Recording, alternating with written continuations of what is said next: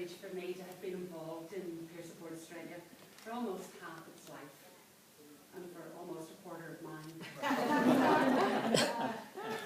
Another privilege has been meeting many committed people who've been involved with Peer Support Australia over the years. And one person we hoped who would be here to help us celebrate was Annie Hawke. Annie is 82 years old and was one of the first teachers trained to implement the Peer Support Programme. Unfortunately, she has hurt her back and is unable to be with us today. She has, however, provided us with her thoughts, and I'm pleased to be able to share those with you.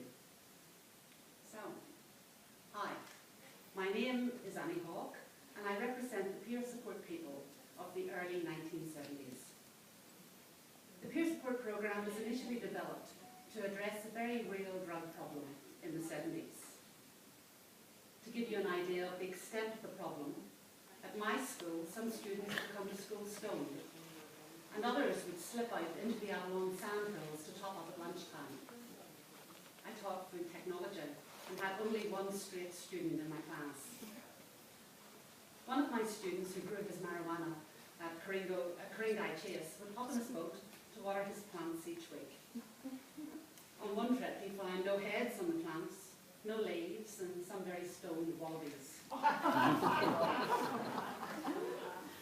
The late Elizabeth Campbell, who was the founder of the Peer Support Programme, had researched drug prevention programmes worldwide, and she designed one specifically for Australia. Elizabeth worked for the Health Department, both in Canberra and in New South Wales, and she was stationed at Queenscliff near her Manly home. In 1973, a student from Pittwater High School died as a result of a drug overdose, and Elizabeth and a group from the Health Department were brought to the school to counsel the students. Having just a small amount of funding from the drug referral section of the New South Wales Health Department, Elizabeth decided to train volunteer teachers to deliver the programme. I signed up, along with 2 other teachers from Barrenjoey High School. Our first group was small, perhaps 3 schools. We attended lectures at night at TAFE to learn about drugs, the law, and the Peer Support Programme. It was similar in format to the current programme, although I understand the focus has moved away from being specifically a drug prevention programme. In those years, it was only available to high schools. It worked really well. The Year 10s were trained as leaders, and they visited their local primary schools to meet the Year 6 students. When these students arrived at the high school the following year, the leaders would show the groups around, introduce them to the teachers, and help them settle in. The programme is very valuable in supporting the younger students in the playground and in helping them adapt to high school. The most difficult part for the teachers was the timetabling and convincing the head of departments about the value of the programme. I don't think things have changed very much. In my opinion, the best part of the programme was the communal skills it brought to the Year 11s.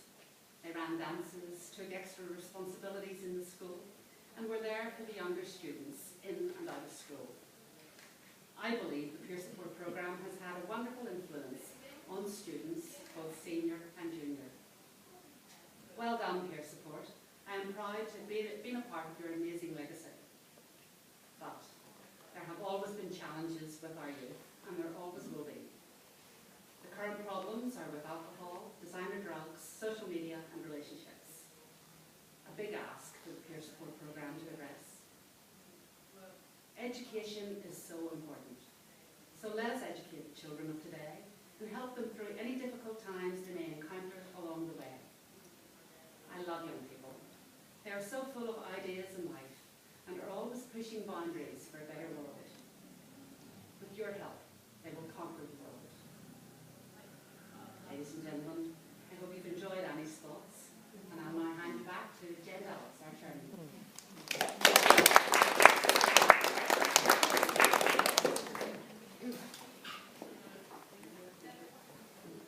Thank you, Sharon. That was very special.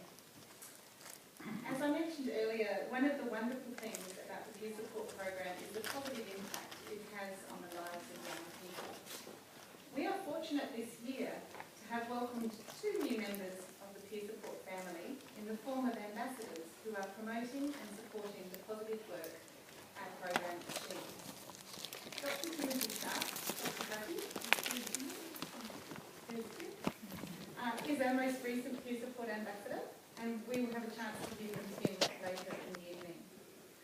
Peter Cousins has also recently agreed to be our ambassador and support the work of the Foundation. Peter is Australia's leading musical theatre performer. He's the only Australian to play the Phantom on London's West End, and he has produced 4 solo albums, sings the starring role of Chris on the International Symphonic recording of Miss Saigon, and is the director of musical theatre for young people.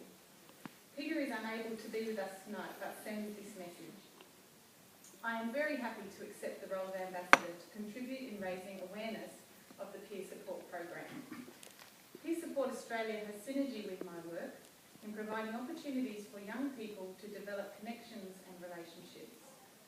I believe in life-affirming, values-based projects that promote family, community and human rights. Along with encouraging freedom and positive social change, I am committed to developing and educating young people by creating opportunities. Hope all goes very well tonight, and every good luck. Warmest, Peter. Finally, before I hand back to our wonderful performers, the Accent Strings, I hope you're enjoying them earlier, there is one more person I would like to acknowledge, and that is David Stanton, Director and former Chairman of Peer Support Australia. And David probably won't enjoy me having some words to say about him, and he's a little bit of a quiet achiever. However, back in about 1983, probably